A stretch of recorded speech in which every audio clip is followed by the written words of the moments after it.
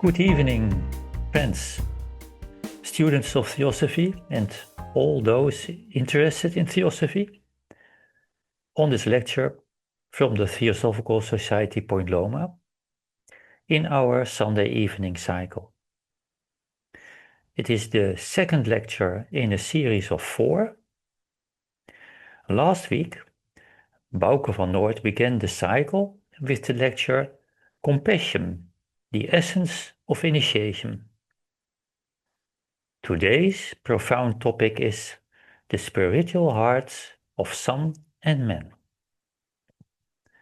This brings us to several important questions, and we give you first a general overview of the topics of tonight. What do we mean by the heart of the sun and the heart of a human being? What is the function of the sun within the solar system? What is the character of a silent watcher? Can we open ourselves to the influence of the silent watcher? What is the role of the silent watcher in the initiatory cycle of the disciples? And lastly, what keeps us from taking the path of inner growth? This means that we look upon the cosmos as a living community consisting of beings of a great variety of development. This view, so different from the common view on the cosmos, requires some further explanation. Everything lives, according to Theosophy. There is no lifeless matter, no dead matter, wherever. All external forms are the manifestations of living beings. They are the instruments or the bodies through which those beings work.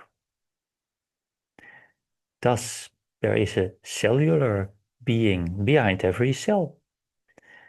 There is a human consciousness behind every human body, a planetary being behind each planet, and a solar being behind each solar system, and of course a cosmic consciousness operating behind the galaxy. The planets and stars are cosmic beings, divine beings with an inner life, which also communicate with each other. Anyone who has stood under a clear, starry sky knows the feeling of wonder at the grandeur and boundlessness of space. So, nothing can exist without the active consciousness behind it. Everything from atoms to humans and planets flows from the one boundless life. The consequence of this basic idea is that consciousness is essentially boundless. It carries within itself all possible wisdom and powers. All beings are a ray of the one boundless life, and that ray, that core, is the essence of everyone. Therefore, we have boundless possibilities of development in us, and all beings are engaged in a continual process of growth from atoms that are growing entities to the plants, the animals, the planets, the stars, to the galaxies, all growing entities. Each being has only partially developed himself, one being in a much larger degree than the other. But because each being is at a different point on this path of inner development, there are huge differences in range of consciousness among all beings. Just think about simply the difference in scope of consciousness of a cell being, a mosquito, and a human being. it is not easy for us, difficult for us to imagine what the experiences of a cell being or a mosquito being are. But one thing is clear, those beings have a much more limited field of experience than we humans, we thinkers do. And when we compare human consciousness with divine consciousness, we will get in fact a similar comparison. Our self-consciousness as a human being is, from a divine viewpoint, still very small and restricted. We just started on the pathway to self-knowledge. Yet in time, we are in principle able to unravel even the greatest mysteries of the universe. So, each being is a ray or spark of the boundless life. Its deepest core is therefore immortal, and that is his innermost heart. And that is exactly what we mean by the heart of the sun and the heart of man, as mentioned in the title of this lecture. We mean the deepest, immortal core of a solar and a human being, a core that is essentially boundless. This core or heart of us is the source of our whole being, and it is in the same time our evolutionary destiny. We can develop till that same level of that core. It is the top entity of our constitution. When we talk about the heart of the sun and man, we first need a certain understanding of the hierarchical structure of the universe.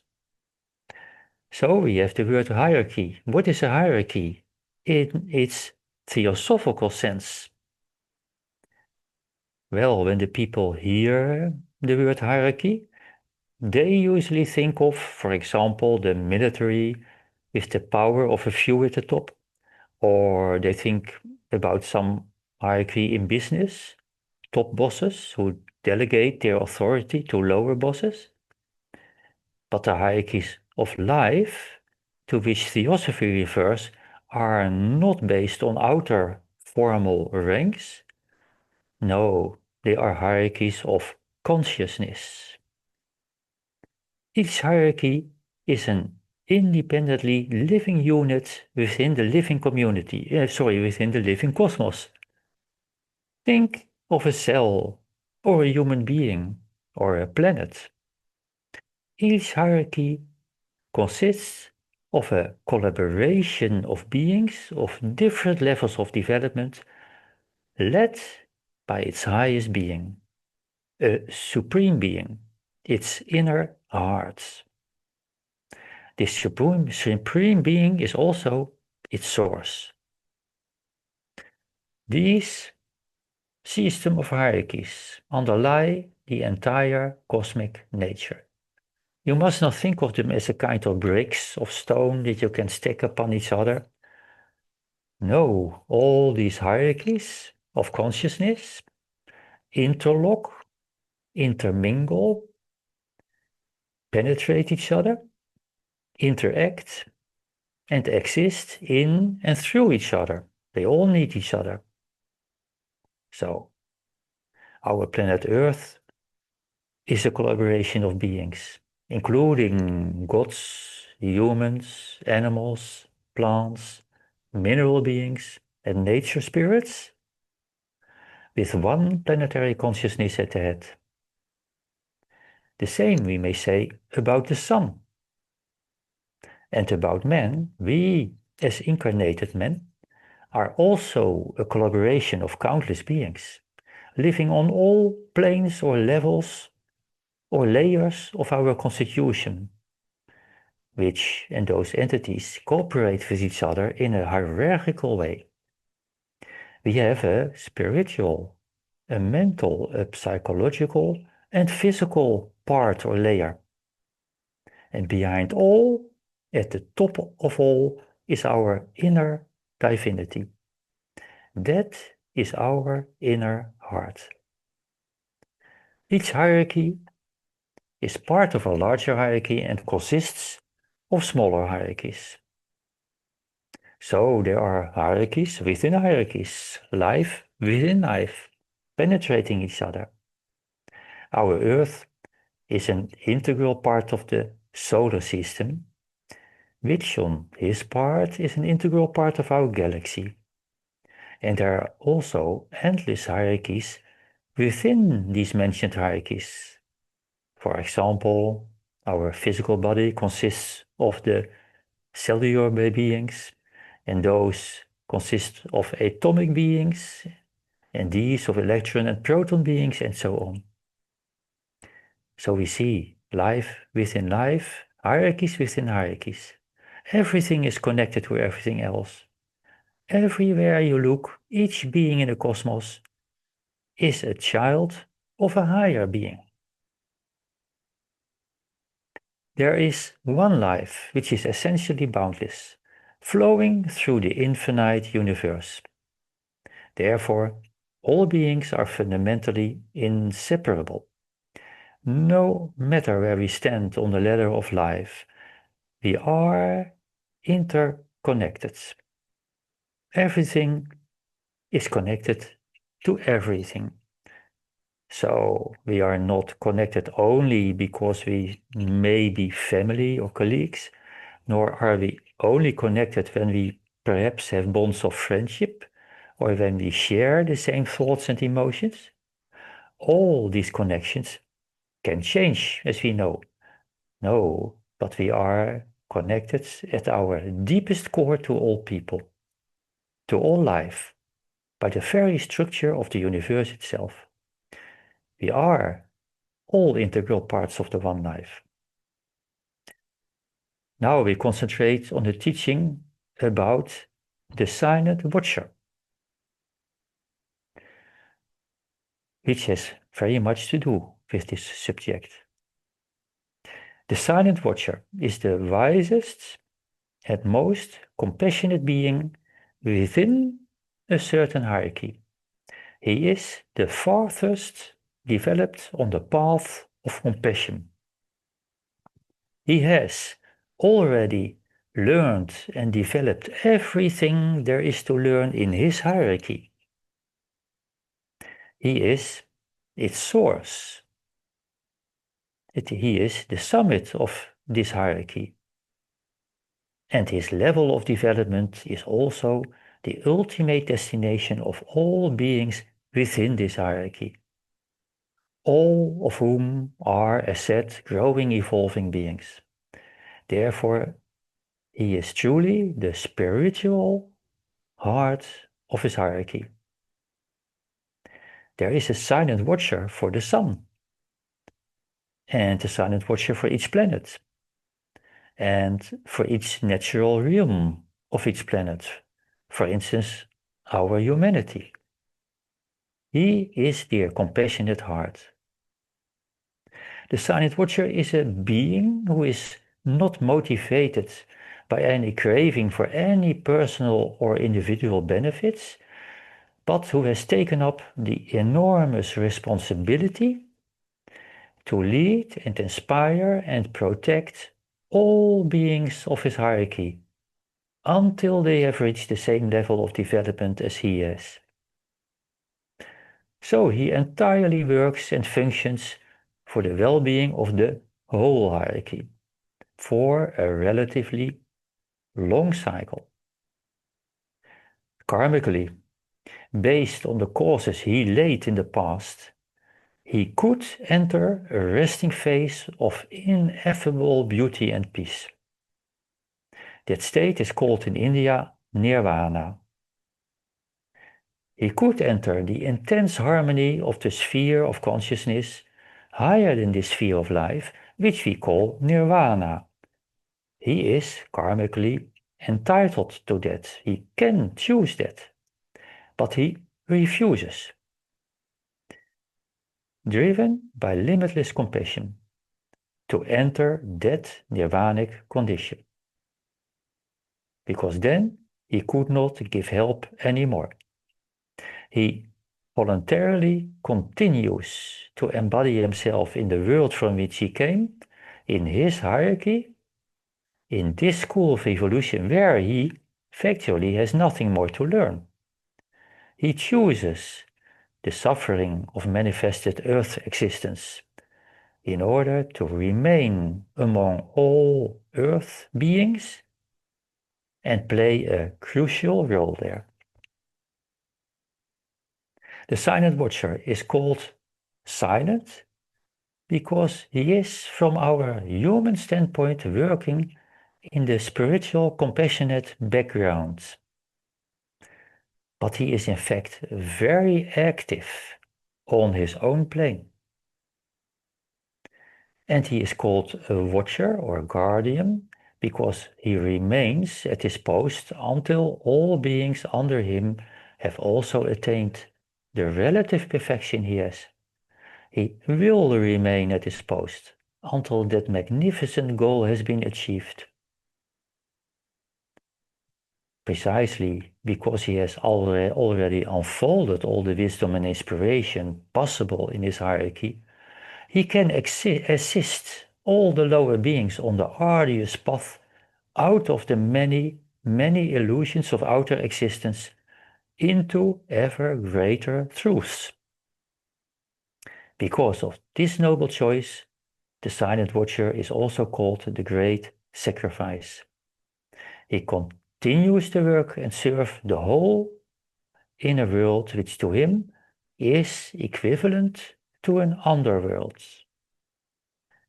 But out of boundless compassion for all that lives, he gives up the opportunity to climb higher himself.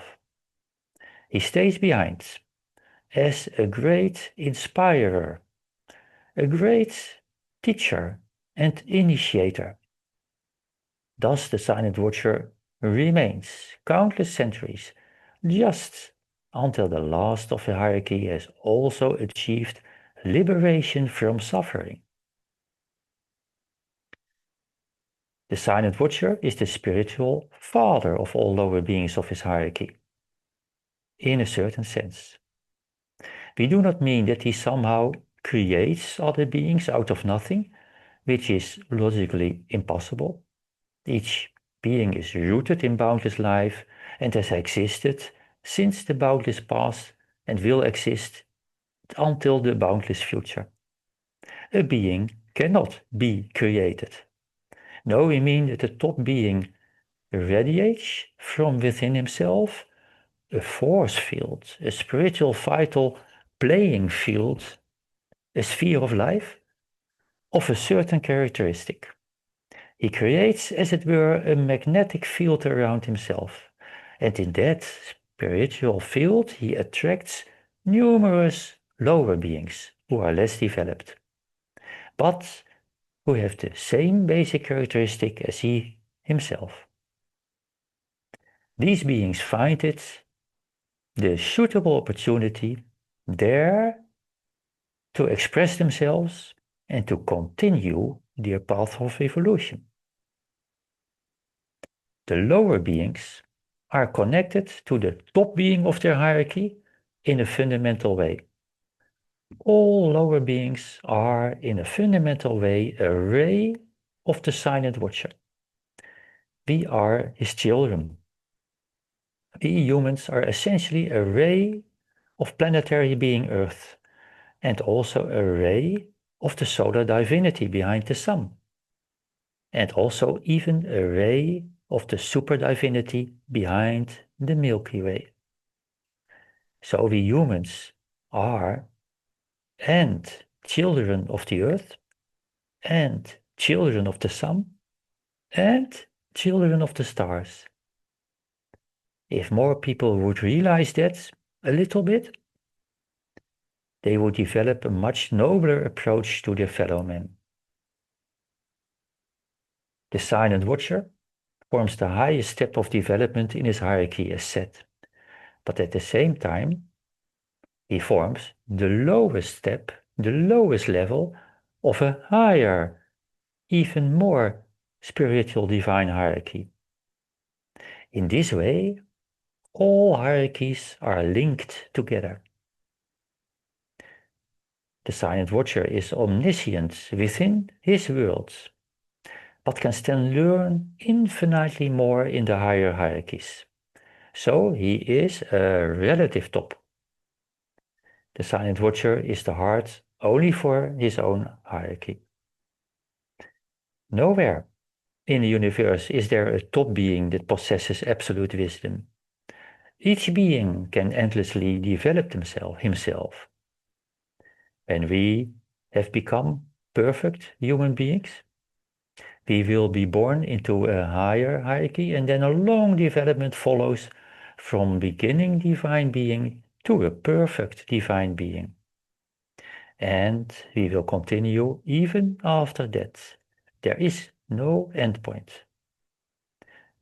The silent watcher is helped in his compassionate work for humanity by all the great sages of humanity, by all the adepts, by all those people who are forerunners in our evolution and have decided to dedicate all their lives to the well-being of all that lives and the liberation of all beings from suffering.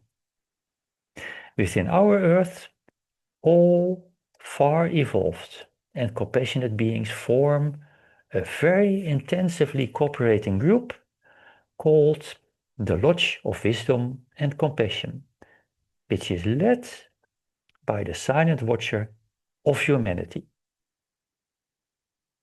This lodge consists of many levels, including Buddhas of compassion, Bodhisattvas, Mahatmas, and their disciples. They are all led by the silent watcher. Much more about the Lodge of Wisdom and Compassion has been said in our lecture series of November 2025, which you, of course, can look to. From which source does the silent watcher get his wisdom and inspiration? First of all, of course, from his own deepest core, that is boundless in its potencies, just like our core.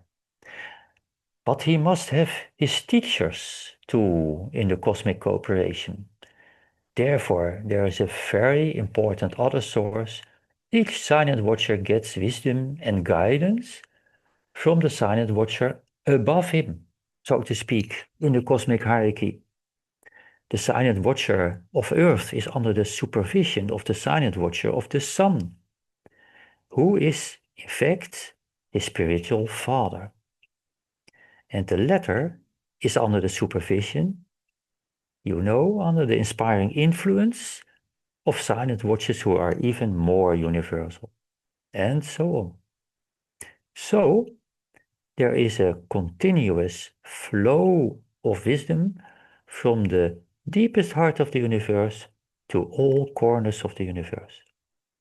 Each silent watcher on each level has the role of a transformer.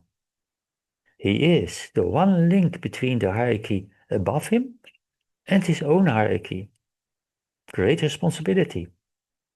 Therefore, he is the ultimate source of all universal divine ideas in this hierarchy. For instance, this world. The silent watcher of the earth is the underlying source of all our noblest impulses, which reach us through our higher self. Impulses that can well up in our hearts and minds. Impulses of compassion and wisdom, of helpfulness, empathy, selflessness, forgiveness, etc. These are moments when we, as it were, ascend in our own consciousness to a more universal comprehension, allowing us to experience the inspiration of those higher beings. The radiating influence of the silent watcher can bring our inner heart in vibration when we focus on his influence. At such moments, we may be capable of thoughts and acts that we never imagined that we ever could do. We did not even know we had it in us. This is possible because we are a microcosm of the macrocosmos.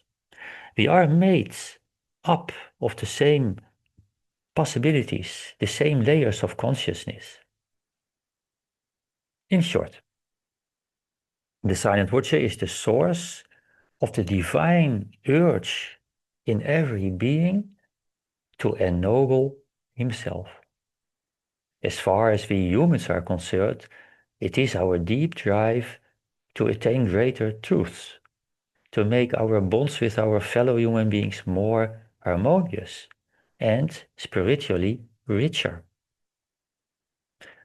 So summarizing, we see that all the silent watchers are of various degrees, and together they form a grand stream of wisdom and understanding and undying love. For at the top of each hierarchy, at the top of every living sphere, there is a silent watcher. That cosmic flow has no beginning or end, for there are hierarchies above us and below us. So all those silent watchers are links, focal points in that cosmic stream of wisdom. Unity and cooperation are the keynote of the universe. Together, they all form the light side of nature. Can we open ourselves to the influence of the silent watcher? Yes, we can. Because we, as children of the boundless life, carry all possible wisdom and compassion latent in us, that the silent watcher has already unfolded. We humans are, as we said, a microcosm of the macrocosm. We are composed of the same powers, but we must make efforts to awaken our latent capacities. There is a silent watcher in our human constitution that we often call our higher self. And each of us human egos is, in fact, an embryo silent watcher. As we learn to unfold our higher faculties and use them in a selfless, compassionate way, we will express our embryo silent watcher more and more. Our thoughts will resonate more and more with this inner source of wisdom. And by expressing the silent watcher in us more and more, we will correspondingly develop our spiritual connection with the cosmic silent watcher of the earth and of the sun. So we can all open ourselves to the influence of the silent watcher of humanity, and in general, the lodge of wisdom and compassion, by giving to our thinking that same compassionate character. Then we resonate. Of course, it depends on how far we are in ennobling and improving our thoughts and tendencies and habits, but the principle remains the same. Each of us can gradually synchronize his consciousness with the consciousness of the silent watcher and the masters of wisdom. Then we experience their influence directly or indirectly.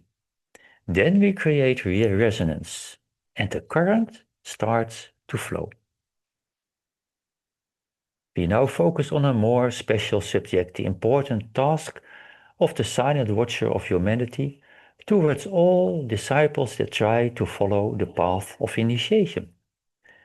But before we can discuss that, we have to dwell on the point what initiations are. What is their number and character? So firstly, what do we mean by the path of initiation? That is the path of intensively accelerated inner development. As Bauke explained last week, the esoteric disciple, also called the chela, tries to lift all his thinking and feeling to a universal quality, to the level of the spiritual heart of his own being. He tries to unite his daily consciousness with his inner divinity. And there is nothing more challenging, and you may say difficult, in the world than this attempt. But there is also nothing more inspiring and fulfilling than this. The average man, most people, will attain this high stage after many, many incarnations from now. Those who follow the slow, gradual path of evolution need many thousands of incarnations in this great inner journey to develop divinity during millions of years. But the chela tries to attain it in a relatively very short time, in only a few incarnations. The chela is faced with really all the challenges and illusions and temptations of all these growth phases in a very short time. And that makes the path of initiation extremely difficult. Therefore, he must prepare himself before treading it to the utmost, under the supervision of a spiritual teacher, of a master of wisdom and compassion. Yet, for those people who feel a profound selfless devotion to the well-being of humanity, who are ready to offer really everything in life to relieve the suffering in the world, for those who have a heart overflowing of compassion, this path of initiation is open. It is a path of steadily growing insights and responsibilities toward humanity, and the total renunciation of all that is egoistic and limiting. The indispensable condition for going this path is compassion for all life, because only then there is a good guarantee that the chela will not fail or will not misuse his growing powers for own selfish purposes, which would lead to disastrous results.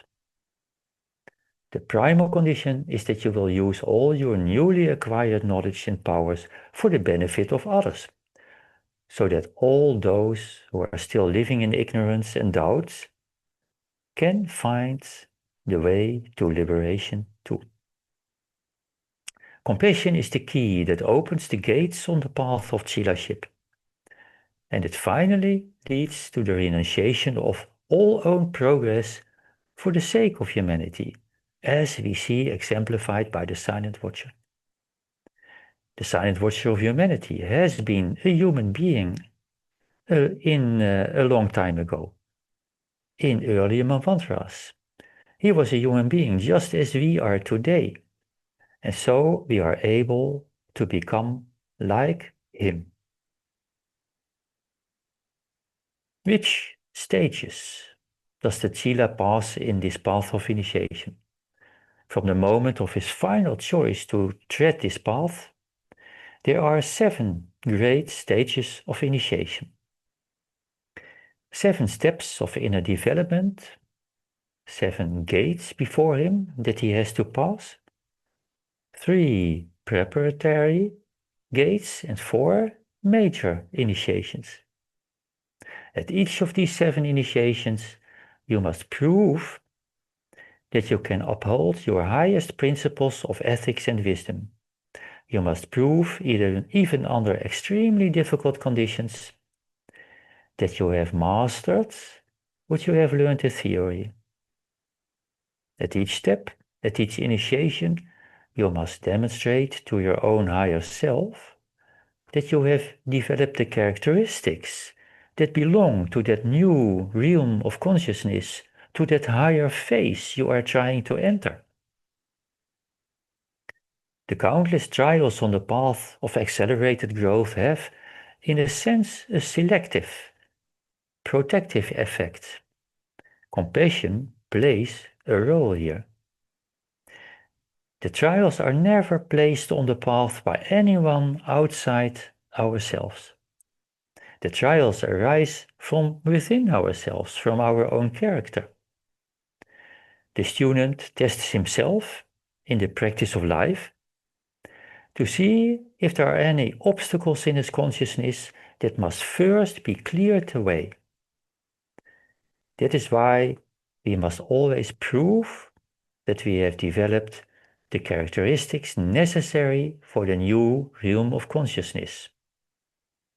For if it turns out that the student is not yet able to stand on his own spiritual feet in higher realms of consciousness, he would fail and, so to say, burn through, which has also consequences for other beings.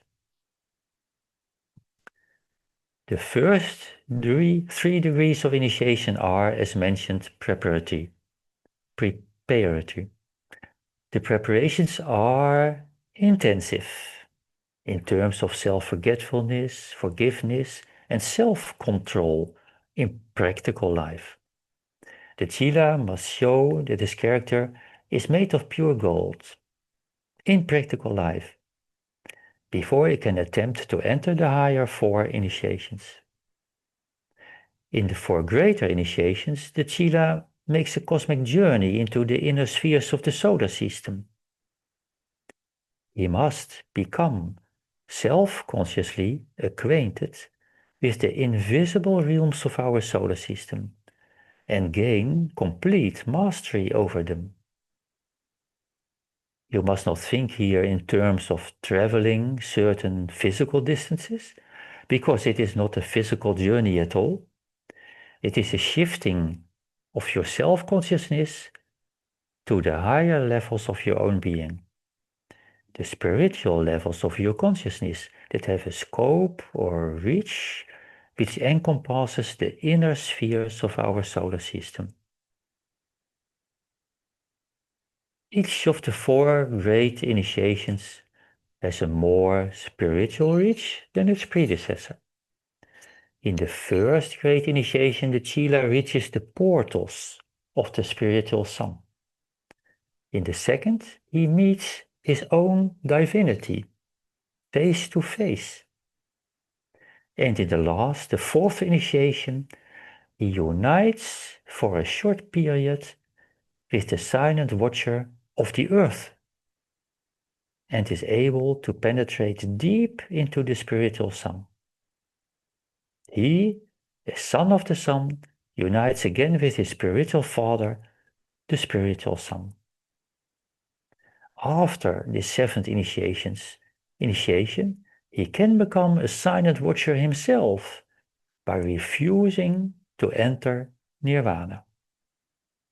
By becoming at one with your inner heart, you unite yourself with the heart of the sun, for you have then brought yourself into synchronization with that universal heart. You can only meet the divine with the divine.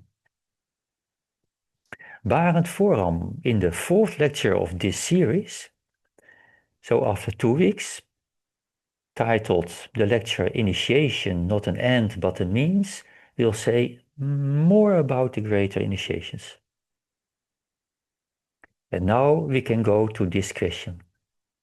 What is the role of the silent watcher during initiations, the initiations of the chelas? And that role is crucial.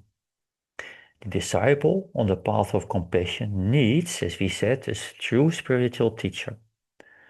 On this path, the supervision of the silent watcher of humanity is necessary because he, as we said already, successfully traversed the path fully to the utter end, the difficult path that the student is trying to follow.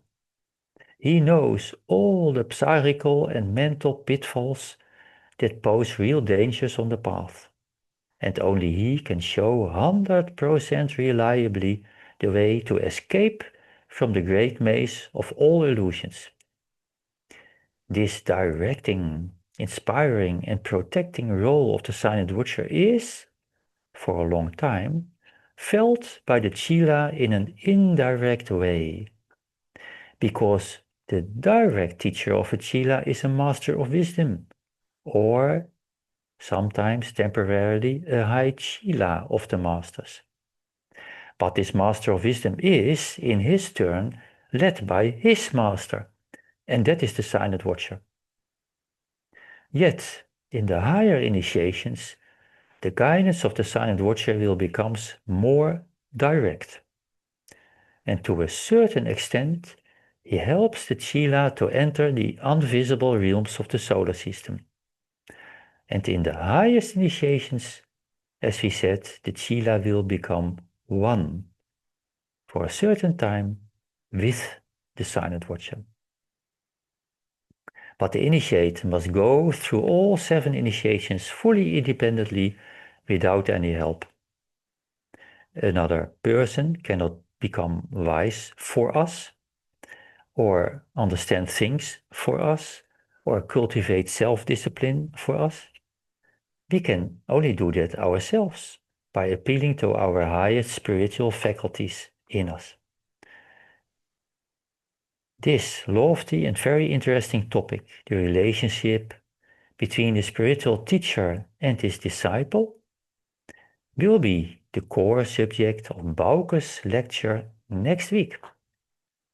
So we recommend it.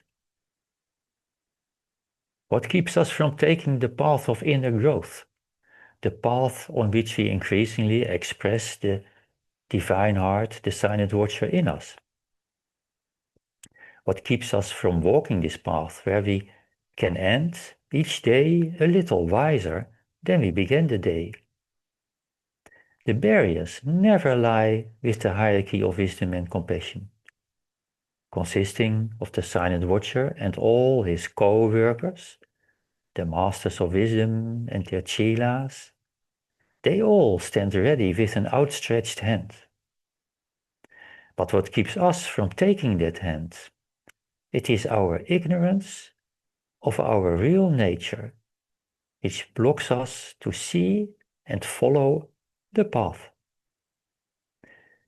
The cause is our ignorance of our immortal hearts, which is manifesting in us as our conscience, as our universal intuitions, and our sense of unity.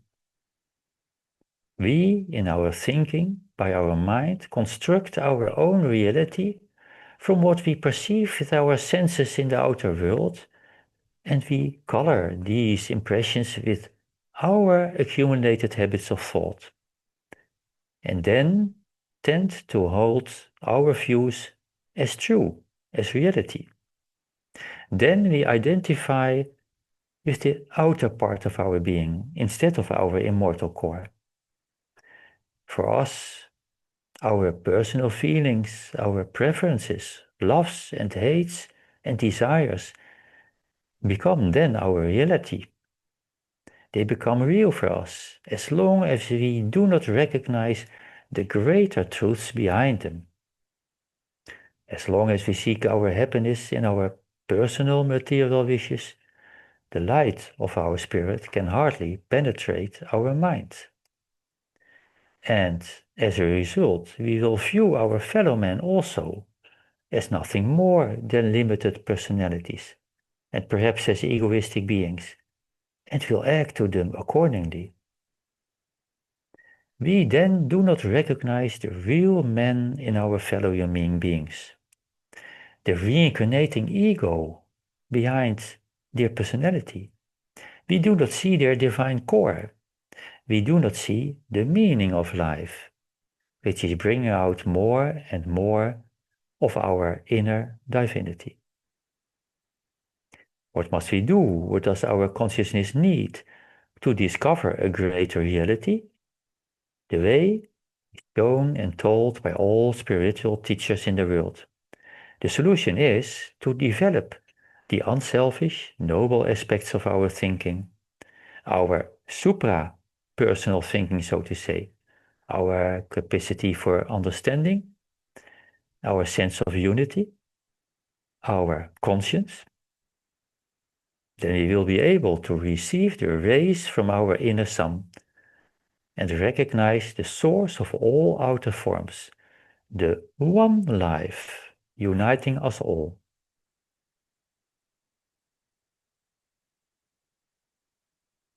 Conclusions. We repeat some main insights about our subject, the heart of sun and man. We are all emanations, spiritual rays of the silent watcher, which is the spiritual heart of the solar system. That being constantly inspires us to self-reform through his own spiritual ray within us. He inspires us to focus on the suprapersonal within us and to put our personality at the service of all that lives. There is a silent watcher as the spiritual source and top of each hierarchy. All these silent watchers form a chain that extends from the heart of the universe to all spiritual, mental, psychic, and material realms and their inhabitants. The silent watchers together form a cosmic stream of wisdom and enlightenment. Thus man has never been without inspiration, without spiritual teachers who taught universal wisdom. They inspire. They will never impose or compel something. We ourselves on our own must choose whether we will listen to these wisdoms or not, whether we will weave them into our lives or not. When we open our inner eyes and ears to this, we see the enormous importance of the influence of the hierarchy of wisdom and compassion led by the silent watcher. Just think of the countless people who have drawn inspiration from the universal wisdom ideas of Gautama the Buddha, of Jesus, Rumi, Muhammad, Krishna, or other great world teachers, and made these spiritual ideas concrete for our world. They applied it, thereby inspiring in their turn many more people. What is the path that all the great sages pointed to us? The inner path is have an open mind, a desire for truth, a desire for a meaningful life, stripped of all selfishness that keeps us from treading the inner path towards wisdom and peace and harmony. Dare to think differently. Shift your consciousness from the illusion of separateness to the boundlessness of life, to the inner silent watcher. And this is within everyone's reach. After all, we are internal pilgrims with boundless potential and carry the path in us. We read about this in a vision of Gautama the Buddha, and in which he pronounces the following: O disciples, never let discouragement enter into your souls. See you suffering in the world, see you unhappiness and pain and ignorance, misery and distress which wring the heart. Disciples, all things are destined to pass into Buddhahood. The stones, the plants, the beasts, all the component atoms of these, each and every one, eye and sun and moon and stars and planets, all in future ages will become Buddha. Each one will become a Buddha. This is not a human sentiment, but a sublime truth. What a hopeful thought, a great perspective lies within it. But we must act ourselves. We conclude our lecture by giving you two literature tips. First, the latest English language issue of our magazine Lucifer, the Lightbringer, with 3, in fact, easy to follow articles on the logic of the heart, the stream of wisdom, compassion, and peace. And further, for deeper explanations about the silent watcher, we refer to Gottfried de Perukker's book Fundamentals of the Esoteric Philosophy. Bouke will give the lecture next week, January 18th, and he will speak, as you know now, about the mystical relationship between pupil and teacher. In that relationship, all preparations are made by which the pupil can eventually undergo initiation. And the week after that, on January 25, parents will talk about the initiation of winter solstice and the great initiations in general. Now we will start a 3-minute break, during which you can ask questions to us from the chat function of YouTube or by email to questions@blavatskyhouse.org. In 3 minutes, we will start to discuss these questions, and then we will start the study part of our meeting in Zoom. See you then. Hello all, and hello Mariska. Hello, Henk. Yeah, are there any questions that have come in? There's one question at the moment. In your lecture, you talked about the slow, gradual path of incarnation that people follow to grow, but that the chelas go much faster to follow the path of initiation. Is it possible that the chela makes a big mistake and falls back to that slow path of incarnation? Well, in fact, all decisions that the chela makes are 100% voluntary from his own motivation, his own choice. And of course, he needs really a spiritual teacher because the teacher knows what the path really encompasses. And for him, it is all new. But yet, it is always his choice.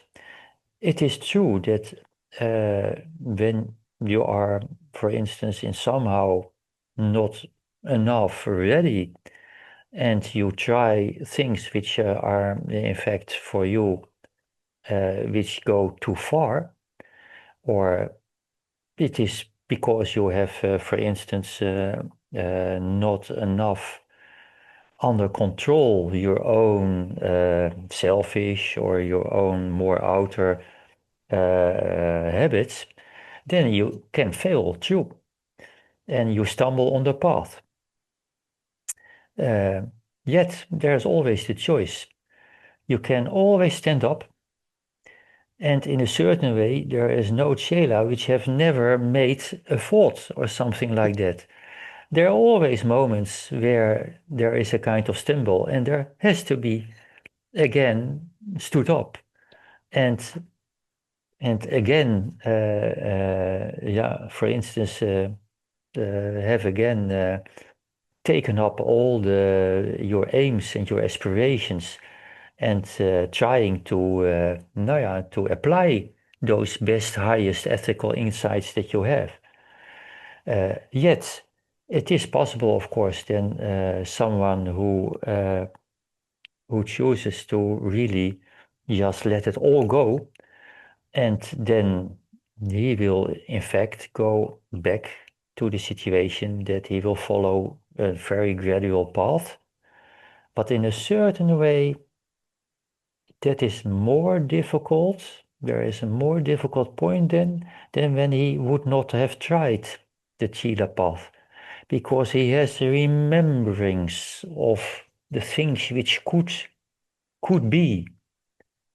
So there it is, but okay, it is true when you really, really want to go back to the average way of thinking, which is in fact very strange because you first saw already greater truths and you neglect them, and then you go back to the average. Yeah, then you have to follow the very slow, gradual path during many, many periods.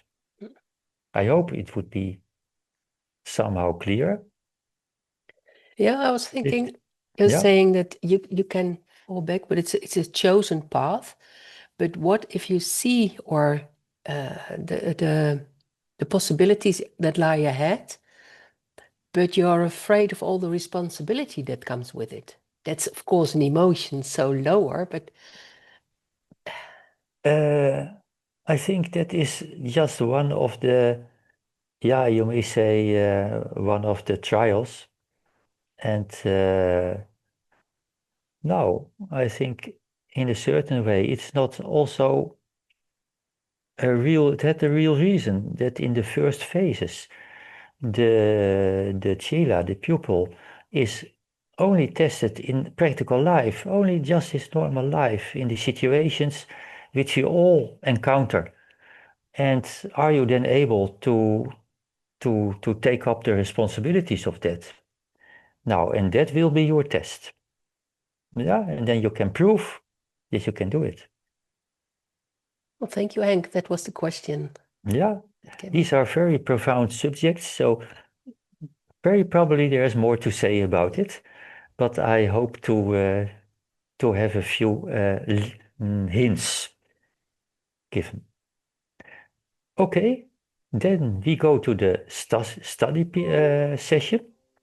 So all who wish can study in Zoom, and that is not connected to YouTube. So I will close now, and thank you, Aad, with this verse of the Gayatri from the Rig Veda. And then we will close also the whole session. It is dedicated to our inner Buddha, the Golden Sun.